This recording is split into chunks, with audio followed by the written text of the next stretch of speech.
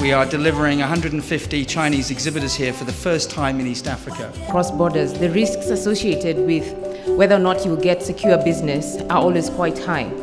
And we are working together with China. KEPSA is a private sector umbrella body in Kenya. Nearly 70%. One of the largest trade partner with Kenya. Especially at our show in Nairobi, and we've attracted over 12,000 visitors. These are small, medium enterprises who've come looking for products to source from China. It's been a fantastic week. Thank you very much.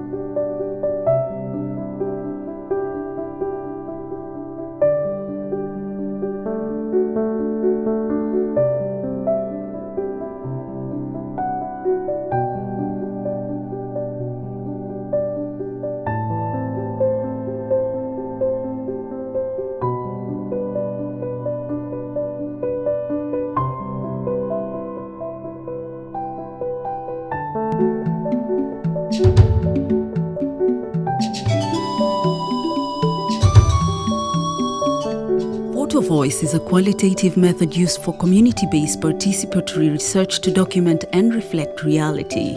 It is an empowering and flexible process that combines photography with grassroots social action and is commonly used in the fields of community development, international development, public health, and education. The ICRISAT Smart Food team in Kenya recently used Photo Voice methodology to assess the impact of activities implemented in Kenya under the Smart Food Initiative. Photo Voice is an innovative approach and multidisciplinary in nature. And with Photo Voice, you can be able to achieve a number of objectives with different activities. We used the photographs as our tool for data collection, and we sampled the two areas, the treatment area where smart food had interventions and control area where there are no activities. With the public health officers in the Department of Public Health, County Government of Tharaka Nithi, we were able to select 30 respondents from each area of mixed gender and mixed ages so that we can get a more representative sample. Since 2016, we have been implementing the Smart Food campaign in Tharaka Nithi County, basically targeting Marimanti Ward, Ingambangombe Ward, and Siakariga Ward within Tharaka Nithi County. Collect to do our comparison between Marimanti and Gatunga Ward. These respondents we are selected based on a simple random sampling. The respondents were taken through a full day training, photography training, with a certified photography trainer, and they were given cameras to be able to go back home for a day to take photos of each food or each meal, snack they take, and also the household members take for the next 24 hours. So we introduced them to the ICSAS 175 and ICSAS 177 digital cameras, and then they were able then to learn on how to use them, on how to operate the cameras, and above everything else to actually then be able to tell the story, be able to tell the story using the camera. We had 30 participants for day one, and we trained them on the different aspects of photography. We introduced photography, what is photography to them, the importance of photography, and the power of photography. So in those three aspects, they were able to actually then understand the importance of photography in society as a way of telling their own stories. So by the end of day one, we then also gave them an assignment, having taught them how to caption the pictures. Day two was sort of a follow-up to see how they are doing with their assignments. So with the communication team and the rest of the team, we went to, we segmented maybe two or three households, and we went to them to actually see what they are doing and how they are capturing. It was very interesting to actually see the excitement and what they had learned, and them trying to implement what they had learned. So day three comprised of the beneficiaries or the participants coming back, and they came with the evidence that they had collected in terms of the images. When the pictures were printed, they then go to the data collection point where people would then enter the data of what they had, what food they had used, what ingredients they had used to cook this particular food, whether it's millet, whether it's sorghum, whether it's even, if they had eaten mandazi also, or white bread, that was all captured. The photographs taken by the participants on food they had consumed in the last 24 hours acted as data collection sources, providing a more evidence-based approach which eliminates challenges of the recall method. The photos voice exercise which have been happening from the 26th of February to the 3rd of March in the Tharaka County has been very successful according to me. One, it is capturing the foods which mothers are consuming and their children at their homes. So the mothers have no strain of trying to recall what they eat, because they can refer to the photos what exactly they eat. Also, it is also indicating, you can see the ratio, if it is beans or legumes and maize, you can see even from the presentation in the plate, you can be able to detect when it is, the ratio is very low or very high. So it is very clear. Photo voice is the way to go to capture the data at the community level. Evaluation of effectiveness of Smart Food Initiative showed that the dietary diversity scores for women of reproductive age and children were higher for the treatment area as compared to control area. Notably, the children dietary diversity score was a 4-point difference, 6.0 for treatment area and 2.0 for control area. The score for women of reproductive age had a difference of 1.8. Generally, low scores were reported for women of reproductive health at 5.5 for treatment and 3.7 for control against a food group combination of 9.0. Some of the issues which came up in Gatonga is one, most of the mothers were not using many food groups. Emerging themes were elicited through a dialogue between participants and the nutritionist using images of foods presented. There were low levels of protein consumption, particularly in control areas. Most of the farmers in the treatment were having a better balance of protein to carbohydrate ratio, especially for popular foods like githeri.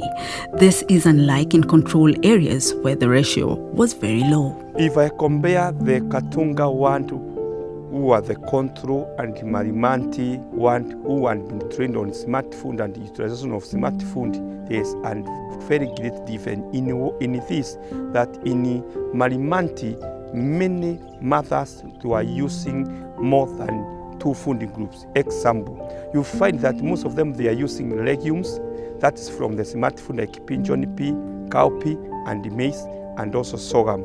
They were consuming legumes like cowpea, guinea pea, pinchon pea, and also they were taking vegetables and fruits. Also, you realize that they were also adding protein from animal source, which is very much recommended. So at least they start difference. Also realize that mothers from the Marimanti one, they were using beef range from sorghum source, and like the Gatonga one, who are using beef range from tea leaf. The experience has been very, very humbling, and I wish to thank the ICRISAT team for organizing this, because we've been able to empower the communities on the ground. One, in terms of photography, not just about the smart food. I know it's a smart food program, but really and truly it has been more of them learning the skill of photography. And they've been able to unleash dreams that they never knew were there. They've been able to get a skill that they can go and empower other members of their families, their husband, their children, and they can decide, wow, you know what, I can actually, probably even later on in my life, I can maybe save up, buy a camera, and start a small business of doing something. And that to me is very, very important, where we are able to empower communities to tell their own story. Photo voice involves the respondents themselves taking photos and documentation of what they are eating. It's a new way of doing things. I totally support. This should be the direction to go. Because in future, we need an evidence-based reporting where when the respondent says that I had this and that food, we are sure as the researchers that it is exactly what happened on the ground at these households. We are happy, and it's something we need to replicate even to other counties, even globally. This is the way to go. It's amazing being in this project, and it was very exciting working with the different professions and getting to understand even how different things are done. And besides that, I think this is very innovative and very novel that should be upscaled even in the other project areas. And besides that, even adapted to meet other needs for other objectives in ICRISAT.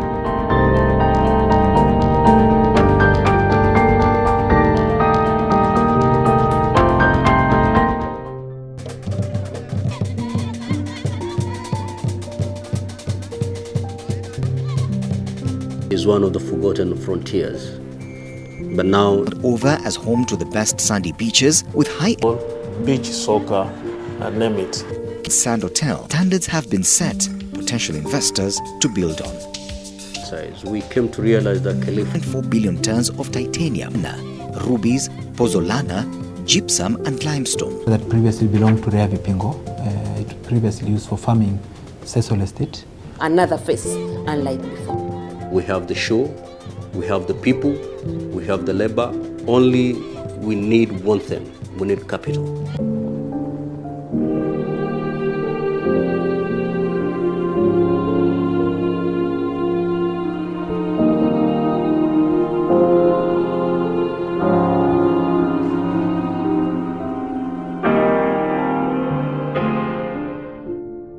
The major challenge to youth employment in Kenya and the region are the skills mismatch to the labor market and inadequate training for the resource sector as a whole, thus requiring quick intervention by stakeholders. This program is targeting young people who have probably gone up to class 8 going forward, up to Form 4, and who have not been able to gain any meaningful skills in other areas. Before the E4D saga, we had so many illegal guns, drug addicts that were living here. But now, after the provision and the training of this program, you find them that they are coming to inquire whether they can be absorbed in this program. With this in mind, intervention set forth an understanding for conciliation of market-led basic skills training for youth, commissioned by GIZ 4D SOGA Kenya and conducted by CAP Youth Empowerment Institute, Kenya. When the program came, it came with a lot of blessings in terms of materials, and now we don't experience challenges in terms of material. We have so much materials, and we have so much materials at our disposal to help me enable to demonstrate to the trainees exactly what happens in the field, or what happens or what is expected of them when they go out to the field. Young people aged between 18 and 24 years old constitute more than a third of the Kenyan population. 80% of the population is below 35 years of age, implying the youth bulge will be way above a third of the population in the next 10 years. This demographic pyramid represents immense opportunities as well as challenges. While I was young, my mom used to do like drugs. She had this a tiny bar in Kangemi. In that place, since hiyo job ni usiku, naweza pata sometime nikiwa kama TE, and to a small person ni kama period tu utalala. So ndo nalala, maybe I sleep at work. Venye nilikuwa high school, buda akaanza akagonjeka, mwishoni akaaga kabla nimalize high school. So nikaanza tu kuingilia mtaa hapo, nikijitafutia, na kujitafutia kwangu nilikuwa nikipiga mjengo, nikipeleka pikipiki ili nipate riziki. The life was hard according to me. We used to lack more things before the GIZ came. Even the food was hard to get in the table. Ni mambo mengi ambayo nilikuwa sijui na ni mengi ambayo nilikuwa siwezi kuyatatua. Lakini kutoka nilipojiunga na hiyo, kikweli sasa ninaweza kujua kila kitu ambacho ni kipi ambacho kinastahili kufanya na ni kipi ambacho kisitostahili kufanya. Jamii yetu tulikuwa maskini, so nikaamua kuolewa mapema. I was suffering with my mother because I don't have a father, I have only mother. And the mother was the one who was providing me with anything that I need. But actually sometimes we have nothing in our home. Sometimes we do not have food. Actually we are loitering in the villages. Maybe we are going to neighbors so that the neighbors can help us with some food, at least to pass that day. Tulikuwa kwa poor background, but for now we are just somebody mwenye anategemewa kwa community, pia kwa jamii. Nilipomaliza high school mimi sikuweza kupata fee ya kwenda college, lakini nilikutana na rafiki yangu ambaye akaja akaniambia kwamba kuna offer ya E4D Soga imetokea hapo Lamu. Akaniambia nenda na ujiunge, ni kozi nyingine mzuri sana. Hatua nimepiga kubwa kulingana na mahali ambapo wazazi wangu walipo, ambapo hawangeweza kuendeleza kisomo changu. The E4D Soga Kenya initiative works closely with partner governments, industry and local training providers to ensure that more value created from resource extraction can be retained locally. It is a very broad-based organization handling very many areas of activities, which has actually helped our youths. Provision of basic employability skills training for disadvantaged youth with particular focus on females to get equitable qualitative learning and access, promising labor market. Nikafanya kazi muda kidogo tu, nikasave pesa kidogo nilikuwa nayo, na nikaamua wacha nianzishe biashara yangu mwenyewe, kwa sababu nikifanya biashara yangu mwenyewe at least kuwa na familia yangu, nitakuwa na wakati na wao. I came to realize the program through a friend who showed me where the program is, and I took an opportunity to go to the program. In the security sector, they say that the course offers dynamic job placement never seen in the counties before. After exercise nikawa physical fit, alafu hapo kwa attach kwa kampuni nyingine ya security inaitwa Euromans. Ndio wakanichukua, wakanitrain tena kwa uwanja hapa tu Diani. Then wakanipeleka kwa assignment. Saa hii nafurahia, niko kazi usiku, napata mshahara na najisimamia na pia nyumbani nasaidia watu.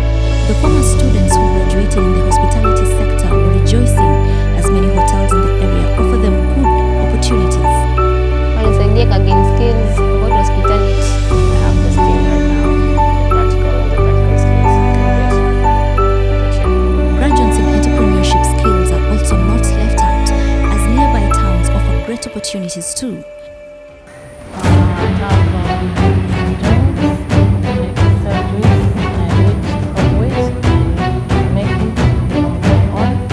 I also have a small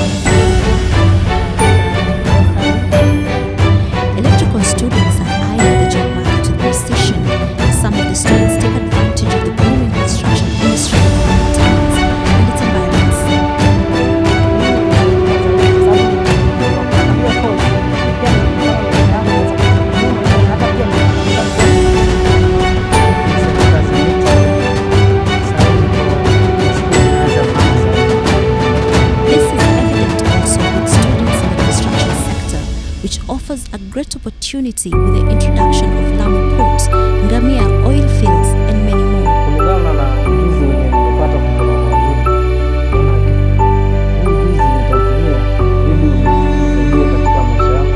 Naona kama mabadiliko, maana kama jenga lipasijue, najua. With the introduction of automobile, hospitality and other relevant courses, the biggest beneficiary are the youth near these centers. Wakati niliingia KPA, nika join the course of course inaitwa automobile. Sasa nikaona interest yangu nyingi sana iko kwa hiyo upande na nikaelimika.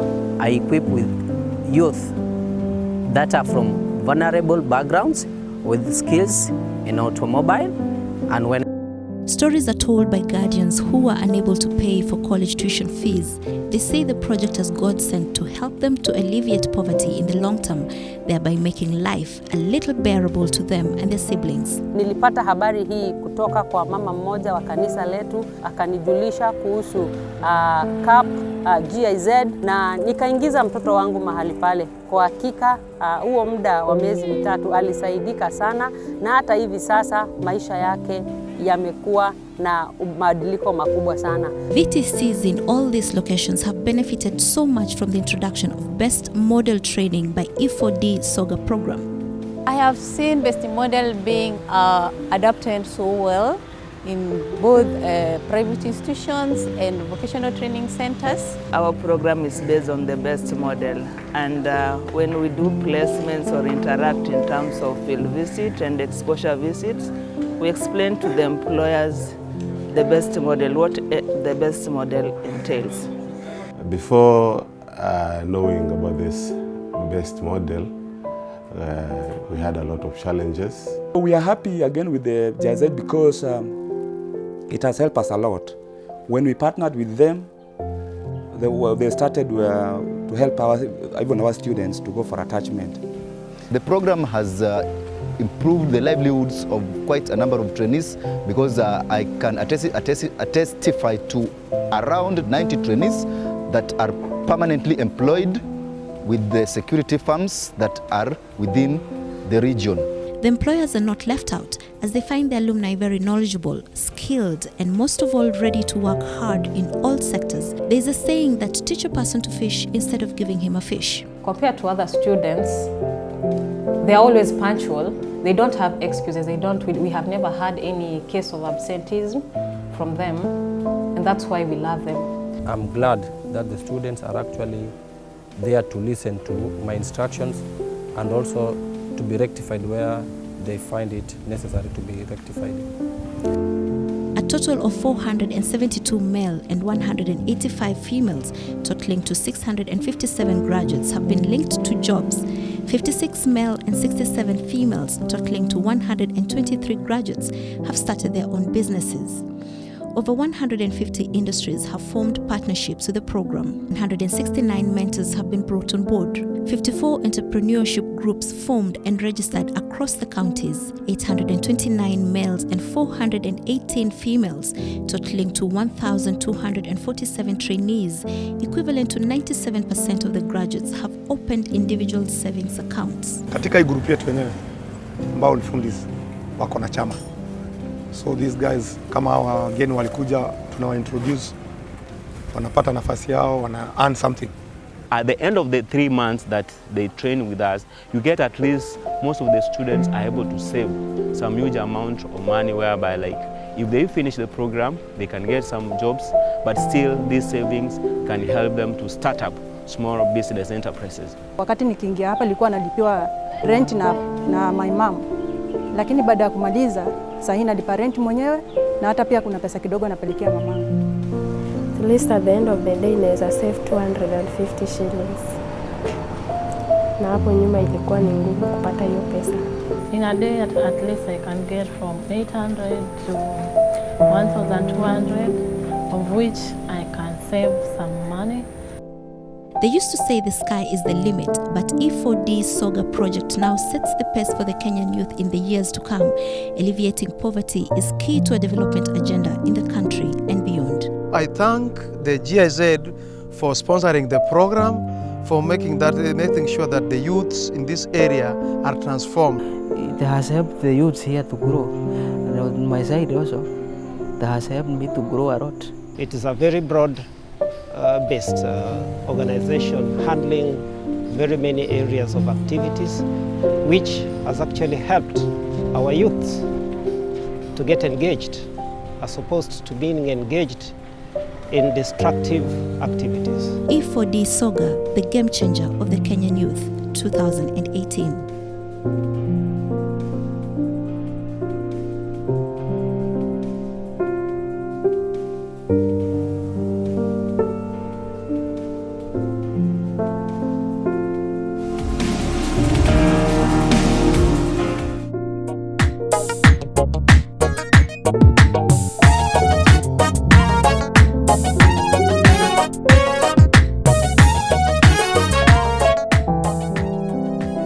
Devolving resources to the ward level by implementing ward-based development projects was a key milestone in our manifesto. We need to have projects and programs that have emanated from the wishes of the people, not the wish of the politicians. It is the people who will say, these are our priorities. And in that way, at the end of the 5 years, we anticipate to see at least some change in the lives of the people. Devolution is not and cannot be ugatuzi without devolving resources further to the sub-counties. To actualize this, the county government of Wajir allocated 750 million shillings for the implementation of 300 ward-based development projects in a bid to improve the livelihoods of the residents across 30 wards. 53% of the total amount is allocated to key projects. 53% of that money, which is close to 400 million, has been given to these 4 key sectors: health, agriculture, livestock and fisheries, energy, urban planning and infrastructure, and finally trade and manufacturing industries. We want to operationalize the markets and the stores. We also need to restructure the revolving fund and, if possible, to upscale the revolving fund. About 47 health projects are yet to be implemented at a cost of 144 million. This year we are focused to increase, to make sure that at least every sub-county hospital has a theatre, in order for us to be able to reduce on referral distance and also reduce maternal mortality rates. We have plans to set up a cancer screening center at Wajir County Referral Hospital. We are intending to increase crop production through farmers training and irrigation. We want to provide an enabling environment to commercialize livestock keeping instead of the current traditional keeping of livestock. In a bid to improve access to clean and safe potable water, Wajir County has engaged the national government in collaboration with donors to support major infrastructure water projects. The Wajir Water and Sanitation Project. These are a coordinated projects between World Bank and Wajir County government, where Wajir town will get water and sewerage system. Already hydrological survey and feasibility study has been done, and the project will commence immediately. We plan to go up to the village ward and to the ward level and plan our towns. We also plan to carry out surveying. This will help us to carry out orderly planning of our towns, and we will capture the public institutions, the hospitals, the schools. We are also planning to give out 1,600 titles after the surveying of the town is complete. I do believe that those funds will help a lot of people. The need in the community, the most vulnerable, the nomad and his children. I'm sure it's going to help in education, water, livestock marketing, and so many other things. I'm very happy.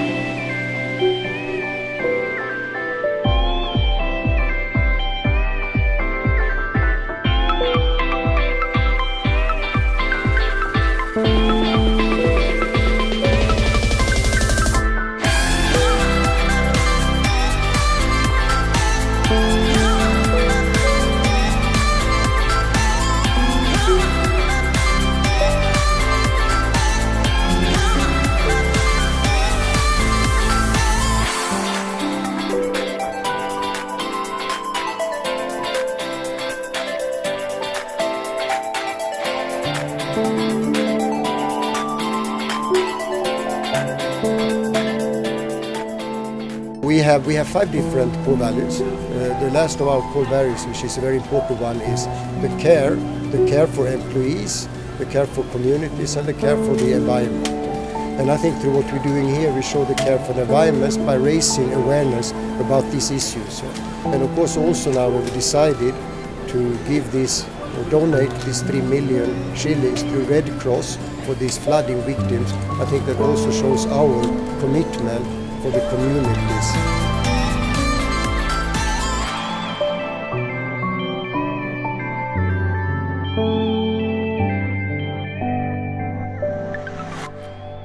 Theme is every drop counts, and so I want to believe that the judges had this task to try and see which participant really brings out the theme through their pictures. To hand out the Gold Winner Award, let's call back to the microphone Safal Group CEO, Mr. Anders Lindegren. Tafadali. There are a couple of things with this one. First of all, when Kenya opened this up to the neighboring countries, I'm not so sure that was such a good idea for Kenya, because the winner is not from Kenya. The second point is that this is very, very true to the theme.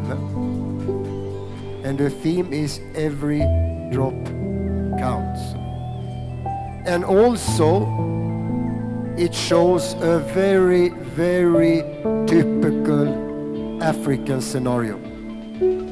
And the winner of the 300,000 is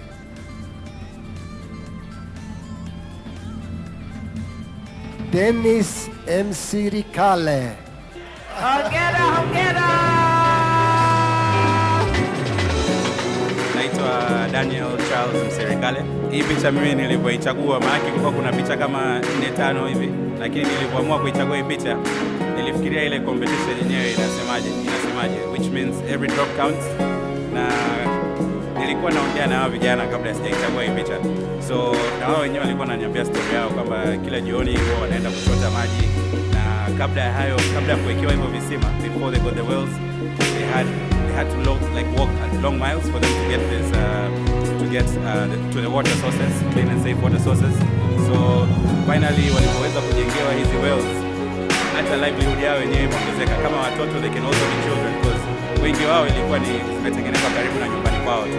Umeona? Kwa hiyo rather than spending so much time walking for the water, they had time to just take water close to the wells and have time to be kids, you know, which was really what really struck home for me. Like, they had time to be kids, you know. So really, like, every drop counts. I don't think I can even say so much about this, more so than those kids can actually say this and actually mean it, because for them really every drop does really count.